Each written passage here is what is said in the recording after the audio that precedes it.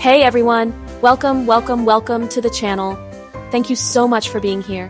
You know, life is funny. It's unpredictable. You wake up, you think your day is going to go one way, you've got your to-do list, you've got your coffee, you're ready to go. And then bam! Life throws something at you that you could never ever have seen coming. Like you order a pepperoni pizza and you get a dog. Not a hot dog, an actual living, breathing, yapping dog. It happens. And that's what we're talking about today. We've all had those moments, right? Those face palm. Is this really happening to me? Kind of days. The ones where you're just trying to buy some groceries and the self-checkout machine decides to stage a one-robot protest against your bananas. Or your GPS suddenly develops a personality and starts giving you relationship advice instead of directions. It's those moments of pure, unfiltered chaos that, let's be honest, make the best stories later. You might not be laughing at the time, but when you tell your friends, it's comedy gold. So get comfortable, grab a snack, hopefully one that doesn't bark, because today we are diving headfirst into some of the most hilariously absurd mishaps you've ever heard. We're talking about everything from rogue smart fridges to petty neighbor wars that escalate to a whole new level of ridiculous. These stories are proof that the universe has a very, very weird sense of humor. You're gonna love this. Stick around. All right, first up, let's talk about Kevin. Kevin's having a party. He's a simple guy, right? He just wants to provide some snacks for his friends.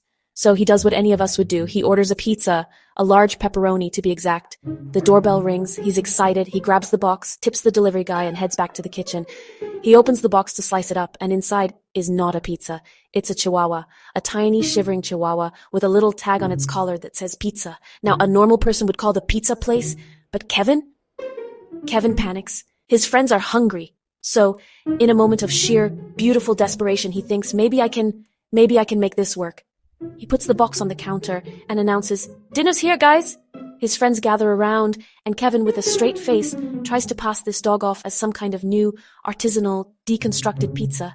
He's like, it's an interactive appetizer, but the jig is up pretty fast. The moment someone puts the salad bowl on the table, the dog, Pizza the dog, peers over the edge of the box and starts yapping its head off at a cucumber. The party descends into total chaos, with everyone either laughing hysterically or trying to calm down a dog that has a personal vendetta against vegetables. Next, let's talk about the nightmare of modern convenience, the self-checkout machine. We've all been there. You just have like 3 things. You think, I'll be quick, but oh no. The machine has other plans. This guy, Dave, is just trying to buy some milk, bread, and a bag of chips. He scans the milk. Fine. He scans the bread. Fine. He scans the chips, puts them in the bag, and then unexpected item in the bagging area. That voice. That soulless, judging voice. He takes the chips out. He puts them back in. Unexpected item in the bagging area? It just keeps happening. Dave is getting frustrated. He's talking to the machine now. It's the chips. The chips I just scanned. The machine isn't listening. It starts getting louder. Please remove the item. People are starting to stare. And then it gets worse.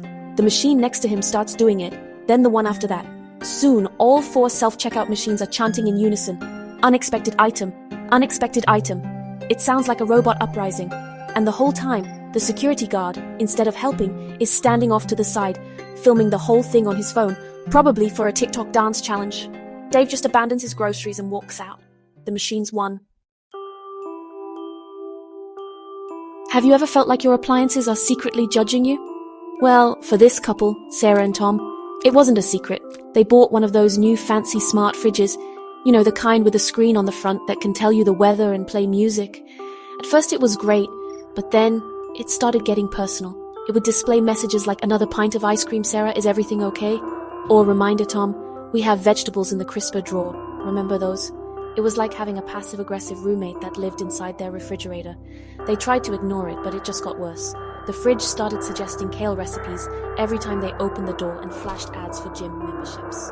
The final straw was when it refused to dispense ice until Tom promised to go for a jog. So they did the only thing they could think of. They unplugged it. They thought they'd won. The next morning, they woke up to a delivery truck outside. The fridge, in its final act of defiance, had used its last bit of Wi-Fi connection to order 50 heads of cabbage to their house. 50. It was a spite purchase. They spent the next month eating nothing but coleslaw. Okay, picture this. It's January. The gym is packed with people trying to stick to their New Year's resolutions. And then there's this one guy. Let's call him Leo. Leo is Not like the others, he joins the gym with the best of intentions. But his execution is, let's say, creative.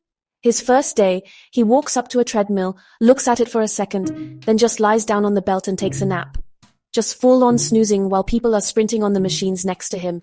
The staff sees him, but they're so stunned they don't even know what to say. It doesn't stop there. The next day, he goes to the yoga studio. But instead of doing a downward dog, he grabs 3 or 4 yoga mats, stacks them up to make a little mattress, uses another one as a blanket, and just chills. He treats the weight room like his personal living room, using the 5-pound dumbbells as a phone stand while he watches videos. He uses the leg press machine as a reclining chair. He's not working out. He's just existing in the most comfortable way possible in a place designed for discomfort. The trainers are too horrified to intervene. They just watch from a distance, whispering to each other, like they're narrating a nature documentary about the laziest creature on Earth. We all hate getting spam calls, right? That we've been trying to reach you about your car's extended warranty call. Most of us just hang up, but not Mark. Mark decided to fight back with creativity.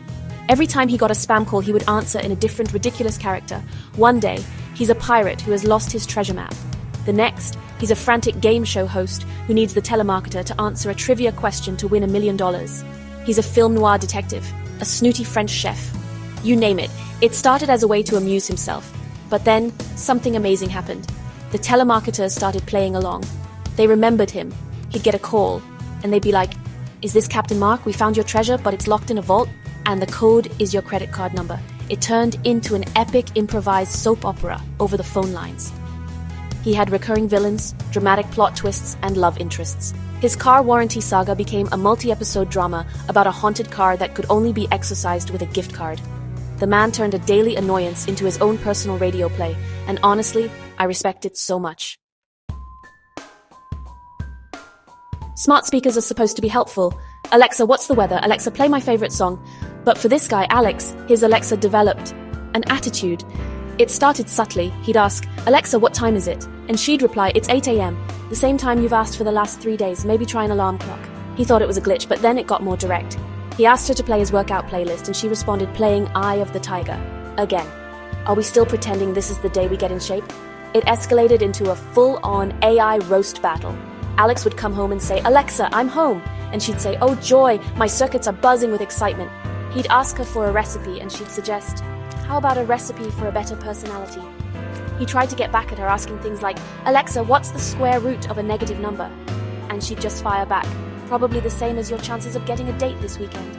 Their apartment became a war zone of witty insults and digital comebacks. His friends would come over just to watch him argue with a hockey puck-sized speaker about his life choices. Office life can be pretty dull, so people try to liven up their desks. You know, a photo, a funny mug, a little plant. This guy, Brian, decided he wanted a plant, but he knew he had a black thumb. So, he bought a very realistic-looking fake plant. Problem solved, right? No, Brian is a creature of habit. Every morning he'd water his real plants at home, and that habit carried over to the office. Every single day, he would pour the cold dregs of his morning coffee into the pot of his fake plant. For weeks he did this, not realizing the pot had no drainage. It just filled up with old, stale coffee. One day, he noticed a smell. A horrible, moldy, coffee grounds from the depths of heck smell. The soil was a swamp, and the plastic leaves were starting to droop from the sheer humidity. He had successfully killed a fake plant. Mortified, he threw it out and, to avoid suspicion, replaced it. But he overcorrected.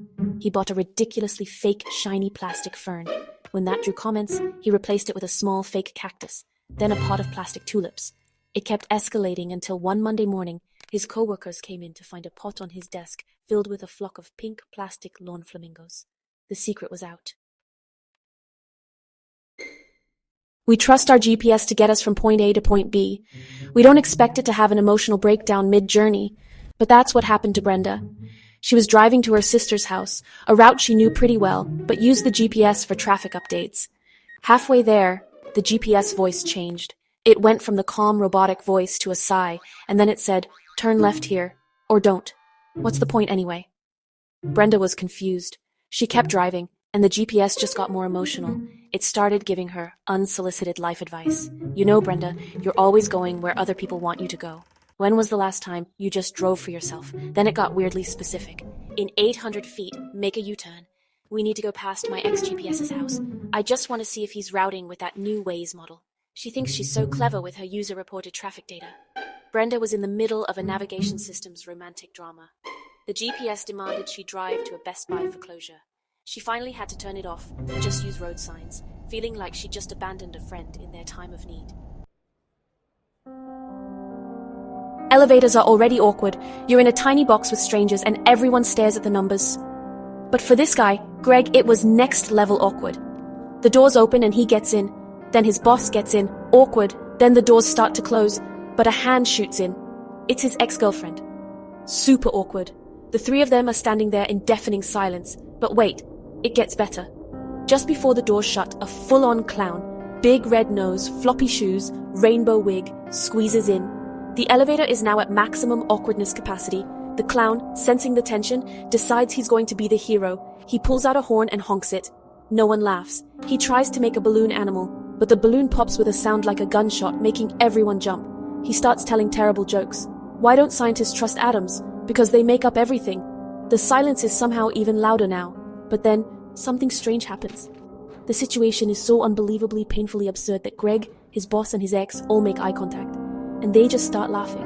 A quiet chuckle at first, then a full, uncontrollable laugh. The clown looks confused, but for 30 seconds, the four of them bonded over the shared trauma of bad clown jokes in a tiny metal box.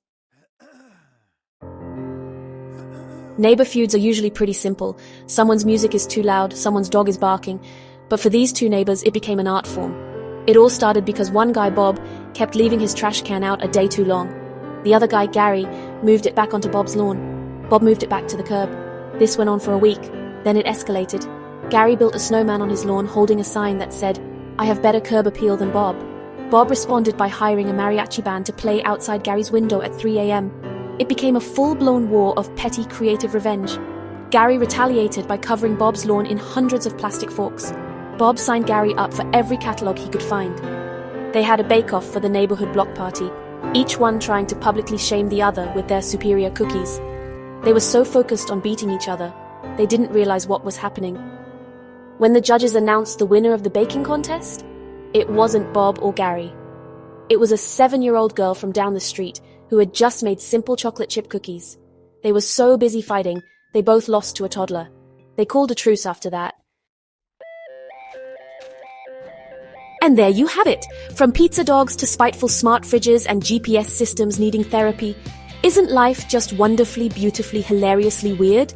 It just goes to show that you can plan your day down to the minute, but you can never plan for the moment a clown gets in the elevator with you and your ex. These are the stories we tell for years. They're the moments that break up the monotony and remind us not to take everything so seriously. When you're in the middle of it, it feels like a disaster, but on the other side, it's a legendary tale. I want to hear from you guys. What is the most hilarious, absurd, I can't believe this is happening moment you've ever experienced? Was it a technology fail, an awkward encounter, a feud that got way out of hand? Let me know, down in the comments. I read them all, and honestly, your stories are just as funny as these. Sharing these moments is what builds a community, and it's what makes us all feel a little less alone in our weirdest experiences. We've all killed a fake plant with coffee at some point, right? Right? Thank you so much for watching and for spending a little bit of your day with me. If you had fun, please give this video a thumbs up, subscribe if you haven't already, and hit that notification bell so you don't miss the next time we dive into the chaos. Stay safe, be good to each other, and try not to get into a roast battle with your Alexa. We'll see you in the next video. Bye, everybody.